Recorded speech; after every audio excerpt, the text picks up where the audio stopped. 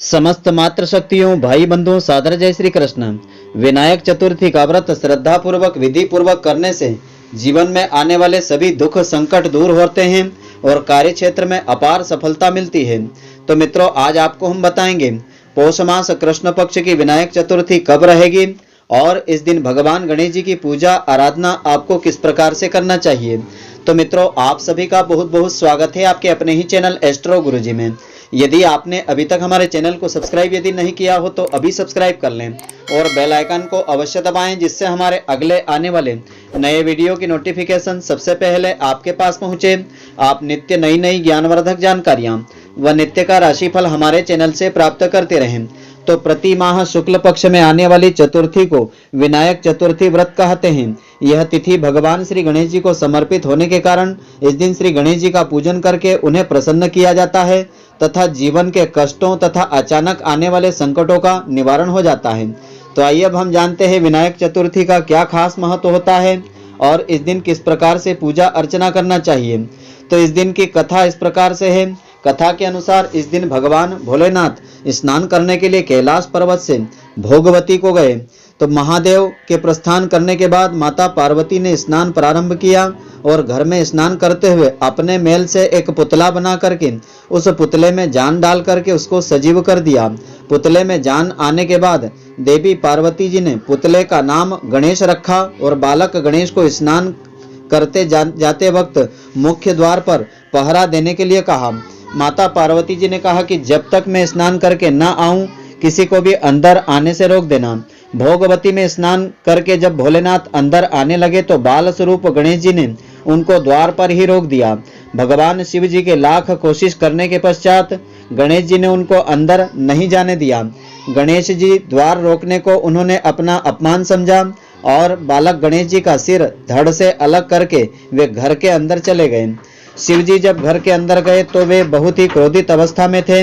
ऐसे में देवी पार्वती जी ने विचार किया कि भोजन में देरी की वजह से वे नाराज हैं, इसलिए उन्होंने 2 थालियों में भोजन परोस करके उनसे भोजन करने का निवेदन किया।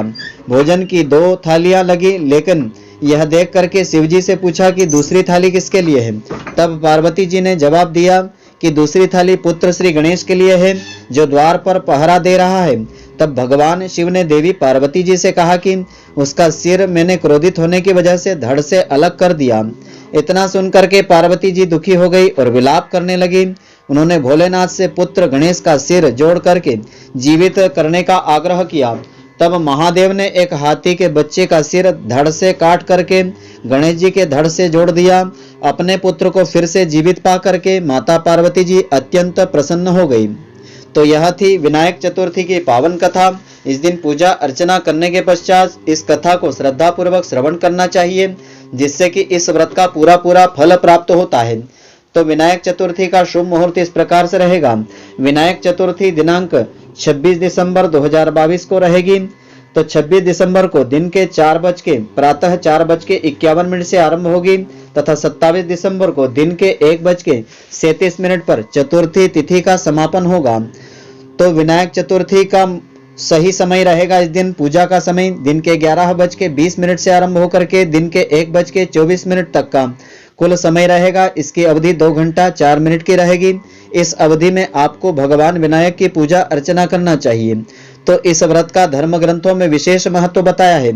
धार्मिक पुराणों के अनुसार प्रति माह आने वाली शुक्ल पक्ष की चतुर्थी को विनायक या विनायकी तथा कृष्ण पक्ष की चतुर्थी को संकष्टी चतुर्थी कहते हैं। तो इस बार पौष मास के शुक्ल पक्ष की चतुर्थी को विनायकी चतुर्थी के नाम से जाना जाता है।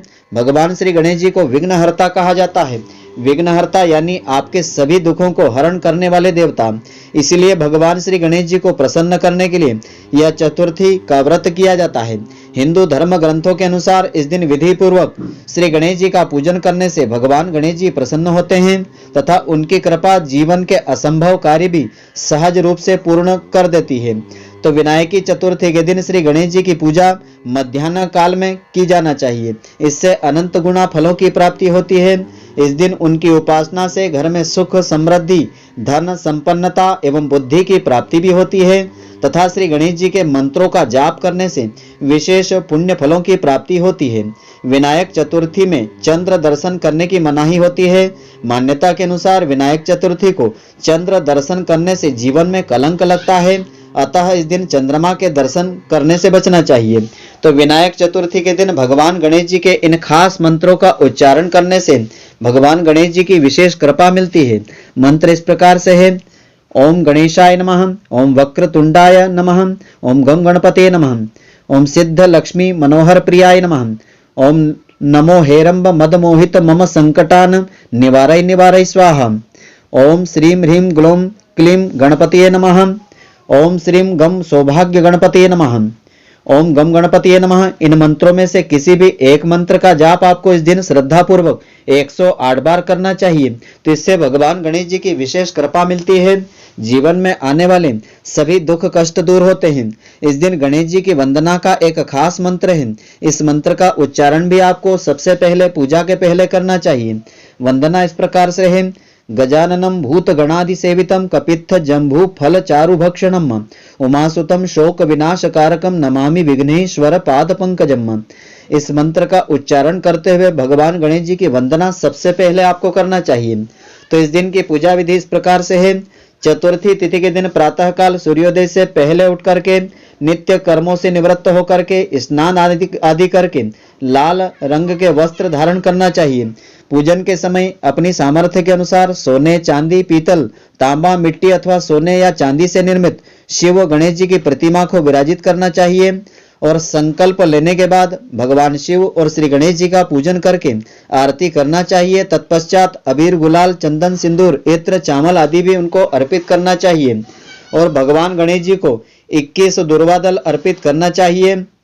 दुर्वादल अर्पित करते समय इस मंत्र का जाप करना चाहिए: ओम गम गणपते नमः। इसका उच्चारण करते हुए आपको दुर्वादल अर्पित करना चाहिए।